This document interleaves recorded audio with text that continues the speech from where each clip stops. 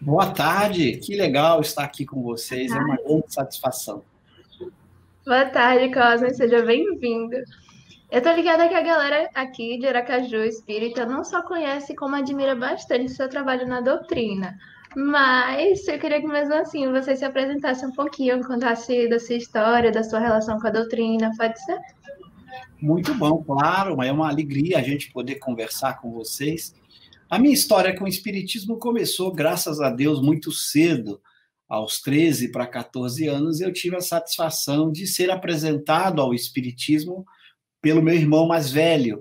E a partir daquele momento em que comecei a estudar e ler as obras de Allan Kardec, a gente não consegue mais deixar o espiritismo, né? Depois que eu digo sempre, depois que a gente conhece Kardec, conhece o espiritismo, de acordo com as obras de Kardec, não dá para resistir. Kardec é irresistível. Suas obras falam profundamente à razão, tocam profundamente o nosso coração. Então, comecei muito cedo a estudar esse pensador especial, junto com tudo aquilo que o Espiritismo nos apresenta, passei então a botar o Espiritismo como uma proposta de vida, uma filosofia que não é apenas para deleite intelectual, para que a gente aprenda e sinta prazer no conhecimento, mas que a gente se esforce por botar em prática. Esse é o grande objetivo.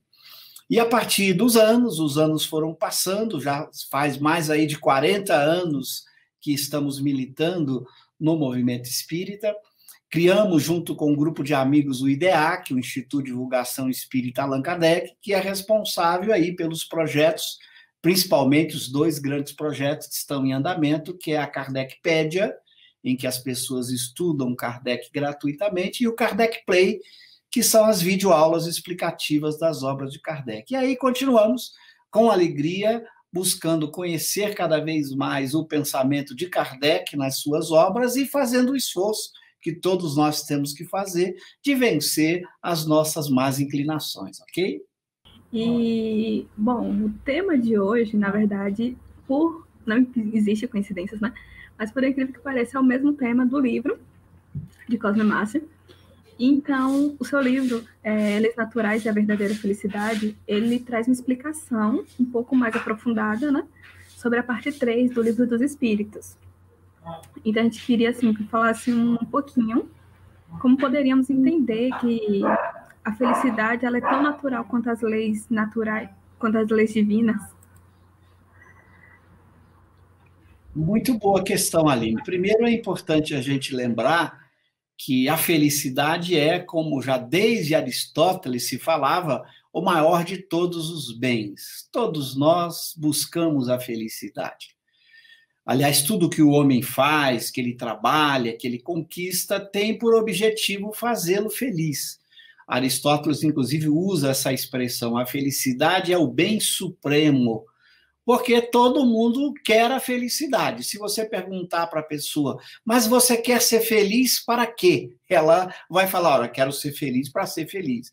Ou seja, a felicidade é o bem último, ninguém quer mais do que a felicidade. A felicidade é o que todos desejam. Só que muitas vezes nós temos uma visão de felicidade muito apoiada nas doutrinas materialistas, né? Que colocam o homem sendo o próprio corpo físico, reduzem o homem ao corpo físico.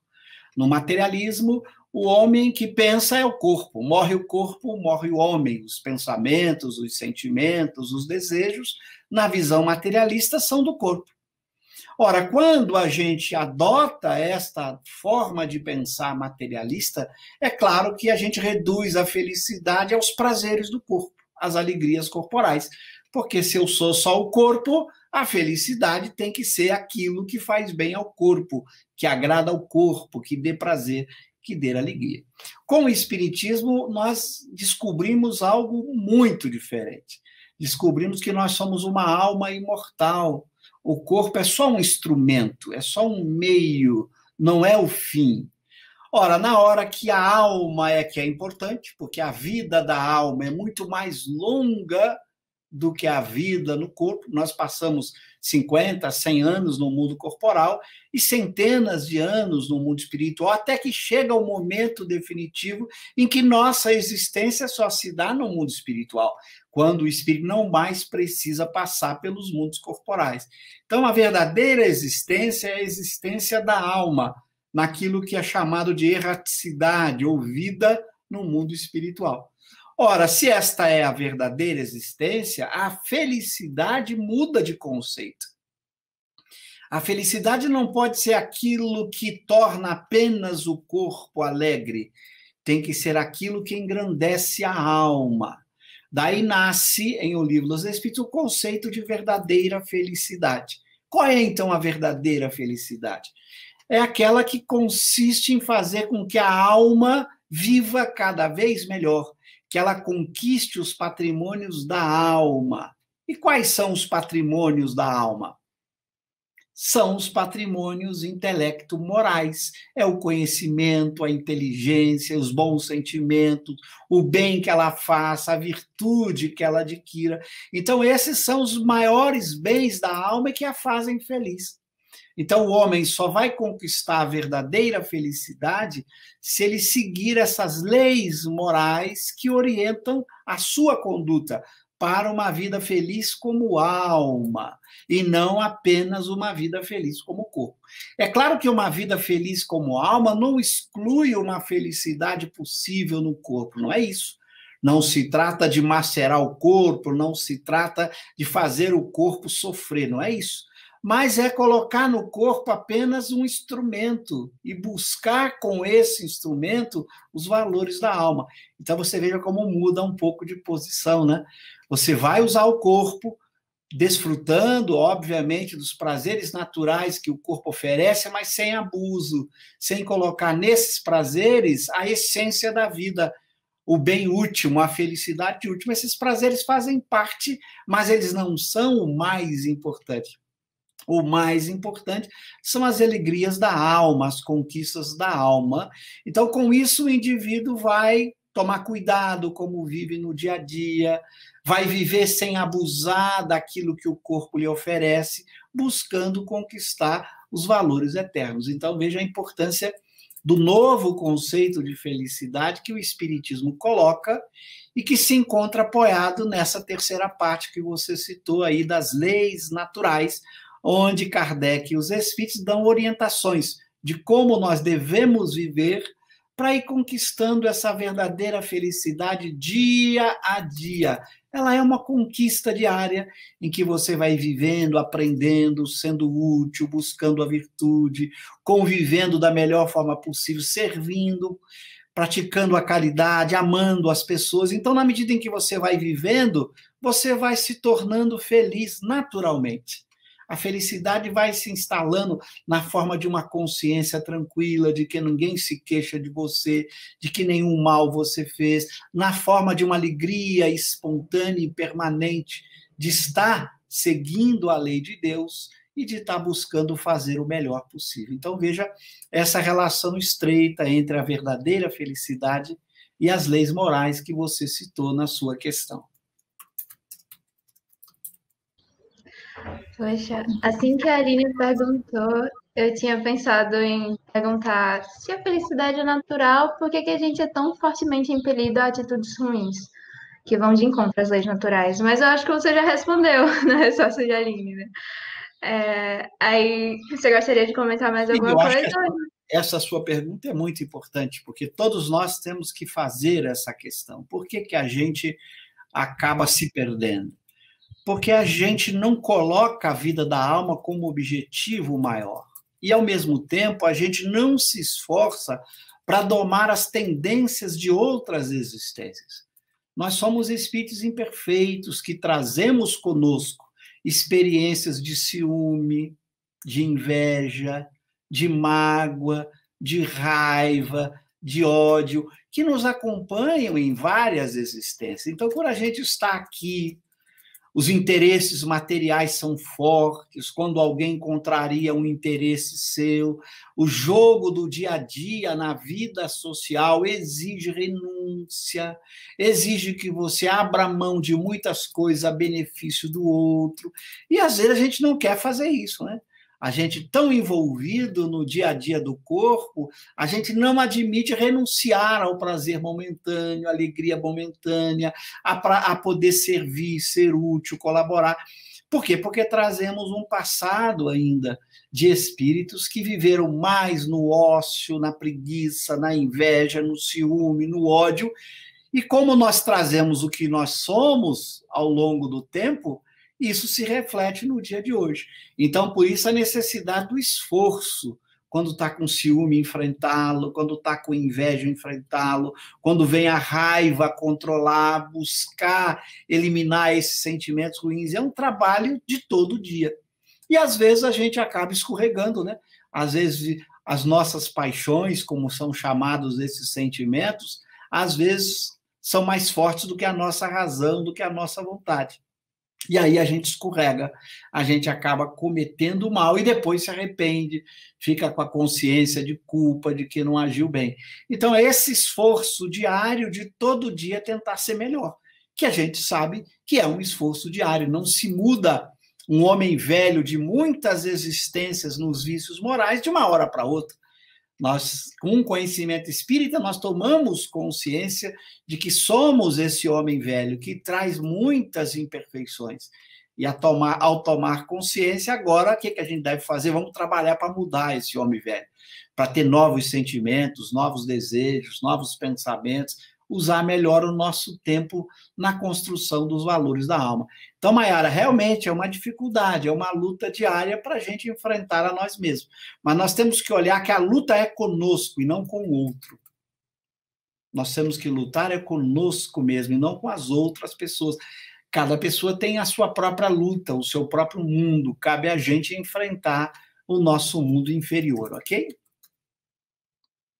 Verdade, muito obrigada. Então, Cosme, antes você tinha comentado sobre Kardec Play, e eu queria pedir que você explicasse um pouquinho mais para ele, para o pessoal, principalmente aquele pessoal que não conhece ainda a plataforma. Muito bom. O que acontece é o seguinte, como muitas pessoas às vezes nos mandavam questões sobre as obras de Kardec, uma dúvida numa pergunta, uma dúvida às vezes numa mensagem dos Espíritos, de um Evangelho, então a gente resolveu então criar, dentro da nossa Casa Espírita, o IDEAC, uma plataforma de vídeos com vídeos explicativos das obras de Kardec. Então, aqueles interessados podem se dirigir à loja do Google, à loja da Apple, ou seja, as duas principais lojas de aplicativos para celular, e baixar lá o aplicativo Kardec Play. Então, ali, o que ele vai encontrar? Já são mais de 200 videoaulas, são já mais de 1000 horas de videoaulas explicativas das obras de Kardec. Então, ele vai poder ler lá, por exemplo, em O Livro dos Espíritos, pergunta a pergunta é explicada em videoaulas. O Evangelho segundo o Espiritismo está sendo explicado agora em videoaulas. Cada parágrafo do livro, cada pedacinho do livro é explicado. O Livro dos Médiuns também está sendo explicado em videoaulas. Questões de filosofia, como liberdade, livre-arbítrio, e várias outras questões da filosofia espírita também são explicadas nessas videoaulas do Kardec Play. Então, aqueles interessados, basta entrar nessas lojas e baixar o aplicativo. O outro que você citou é a Kardecpédia, né? Que também tem o aplicativo, que as pessoas podem baixar também nessas lojas, em que a Kardecpédia são as obras de Kardec. Não é mais a gente explicando as obras, são as próprias obras de Kardec ligadas entre si. A grande diferença de você usar a Kardecpédia ou ler num livro, por exemplo, você fala, qual é a diferença de eu pegar o Livro dos Espíritos em papel e estudar o Livro dos Espíritos na Kardecpédia? Bom, ali está o Livro dos Espíritos nos dois. Só que, por exemplo, no papel você está estudando, por exemplo, a pergunta número 2, que se deve entender por infinito, o que não tem começo nem fim. Você vai lá para a Kardecpédia, tem a mesma resposta, só que esta pergunta está relacionada com outros textos de Kardec que ajudam você a entender a pergunta. Então, por isso que a gente diz que a Kardec pede é Kardec explicando Kardec. Você está lendo uma mensagem do Evangelho segundo o Espiritismo e fala o que mais Kardec diz sobre o tema dessa mensagem, sobre o conteúdo dessa mensagem, que ajuda a entender a mensagem. Você clica no botãozinho Itens Relacionados e vai abrir todas as outras obras de Kardec no lugar exato da obra onde aquela mensagem também, o tema daquela mensagem está sendo tratado e, portanto, ajuda você a compreender. Isto vale para todas as 23 obras que Kardec deixou. Estão relacionadas entre si para que uma obra ajude você a entender a outra. Com isso, você estuda num único ambiente. A Kardecpédia funciona offline, então você baixa, então você pode estudar no avião, as 23 obras de Kardec, pode estudar quando você não tem internet. Além de ter muitas outras coisas sobre Kardec, tem as obras originais de Kardec em francês, em vários outros idiomas. Você pode comparar um idioma com outro, aí o jovem que está estudando inglês, eu quero ler Kardec em inglês, ele pode abrir inglês ao lado do português e olhar, ou inglês ao lado do francês, ao lado do espanhol. Então, ela permite também comparação entre os idiomas. E tem muitos documentos e obras sobre a produção de Allan Kardec. Então, é uma plataforma também que você pode tanto usar no celular ou pode usar o Kardecpedia também no site, ok?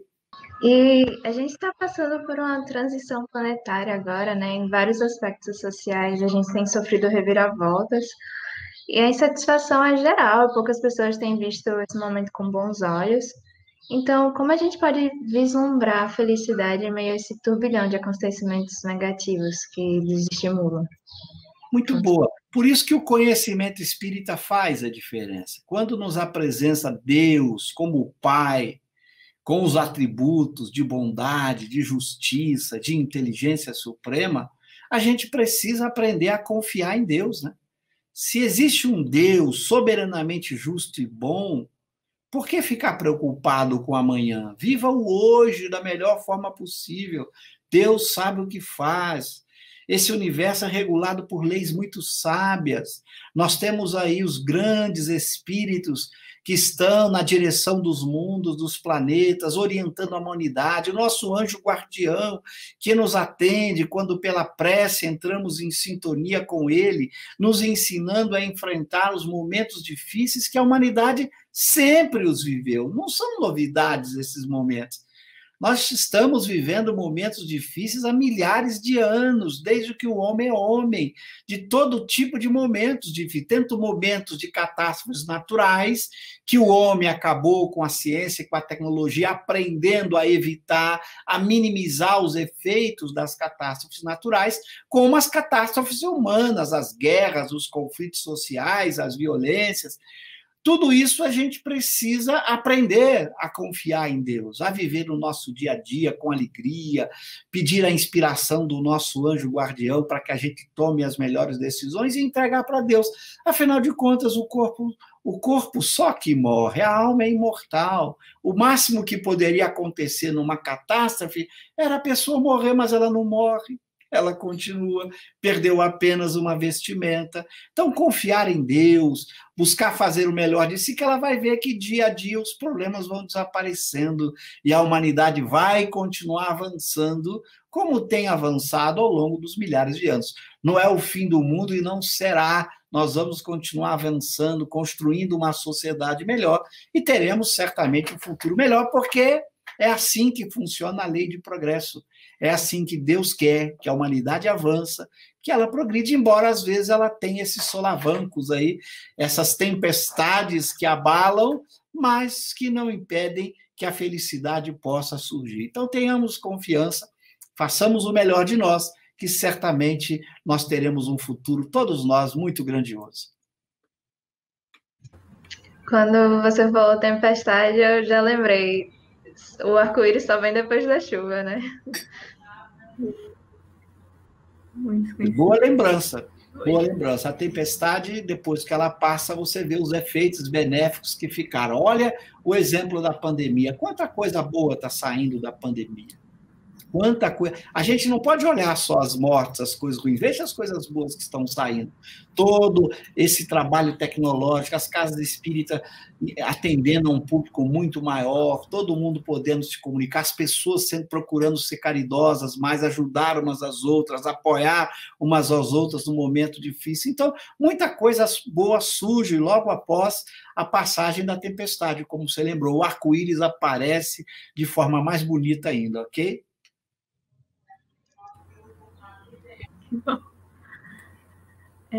Uma última pergunta. Então, a gente pode afirmar que você é muito medo de errar, né? A felicidade é o bem mais precioso buscado pela humanidade. Só que vivemos em um mundo muito materialista. E mesmo as pessoas que são mais religiosas, elas não se sentem felizes. Então, a pergunta seria: do que estamos pecando, digamos assim? Que nós estamos procurando a felicidade no lugar errado. Esse aqui é o grande problema. Se você busca a felicidade no lugar certo, ou seja, a verdadeira felicidade, e não as alegrias e prazeres momentâneos. Em geral, essas alegrias e prazeres momentâneos são egoístas. Quando você busca a verdadeira felicidade, você percebe que não pode ser feliz sem fazer outros felizes. Quem busca a verdadeira felicidade descobre que a felicidade é um processo de construção em conjunto com os outros. Não é um processo egoísta de satisfação apenas de apetites materiais. É muito mais que isso. É nessa convivência fraterna, como aqui, olha como é gostoso, olha que momento feliz estar aqui com vocês, a gente conversando.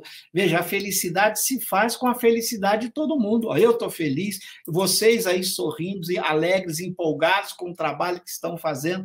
Esta é a felicidade, quando as pessoas se unem num propósito maior, de viver a lei de Deus, de fazer o útil, de gerar benefício para todos. Então, se a gente se concentrar nesta felicidade, que não é algo egoísta, exclusivo para mim, mas pensando nos outros, nós vamos descobrir o que é verdadeiramente esta felicidade. E aí nós vamos mudar o foco, ao invés da gente buscar na satisfação egoísta dos nossos interesses, quando a gente começa a pensar nos interesses dos outros e trabalharmos juntos, sendo útil para que os outros cresçam junto conosco, você vai descobrindo como não é difícil construir a verdadeira felicidade. Basta a vontade, o desejo sincero de cumprir a lei de Deus e de fazer o que é preciso. Então, eu diria, Aline, para encerrar, já que era a última pergunta, que a gente está focando no lugar errado. Vamos focar na felicidade verdadeira, que a gente vai perceber que aí a felicidade se faz perene no coração de todas as pessoas, ok? Muito obrigada, Cosme, pela nossa conversa. Muito obrigada por ter aceitado o convite e estar aqui com a gente. Foi uma honra receber você. Eu que agradeço, Maiara, Aline, a toda a equipe aí que está na produção, pela atenção, que vocês tenham um programa aí que sei que vai continuar de muito sucesso, que Deus os ampare, para que vocês nunca desanimem, permaneçam nessa tarefa tão nobre de levar o Espiritismo para todo mundo que precisa de uma doutrina eminentemente esclarecedora e consoladora. Que Deus abençoe o trabalho de vocês, que vocês sejam muito felizes e continuem sempre firmes nessa tarefa, ok? Assim seja. Antes de, pelo menos, encerrar mesmo, tem mais alguma coisa que eu quero deixar para o pessoal refletir em casa, até mesmo a gente que está aqui, ficar um tempinho refletindo sobre isso, as considerações finais? Olha, o que eu queria dizer nessas considerações finais é apenas dizer algo muito simples. Nós temos à nossa disposição o melhor caminho para buscarmos a felicidade, que é o conhecimento espírita. Não vamos deixar passar essa oportunidade. O Espírito de Verdade diz que Deus fez o supremo apelo aos homens com o Espiritismo. Porque essa doutrina que fala a razão, que fala o coração, de forma simples, sem nenhum tipo de linguagem difícil, escondida. Então, vamos aproveitar esse conhecimento espírita, vamos divulgá-lo e, acima de tudo, vamos botá-lo em prática, porque é o único caminho para a gente prosseguir mais feliz. Então, essa é a minha mensagem final. Estudar Kardec, compreender Kardec, para viver Kardec, porque viver Kardec é viver Jesus na sua mais completa pureza. Um grande abraço a todos.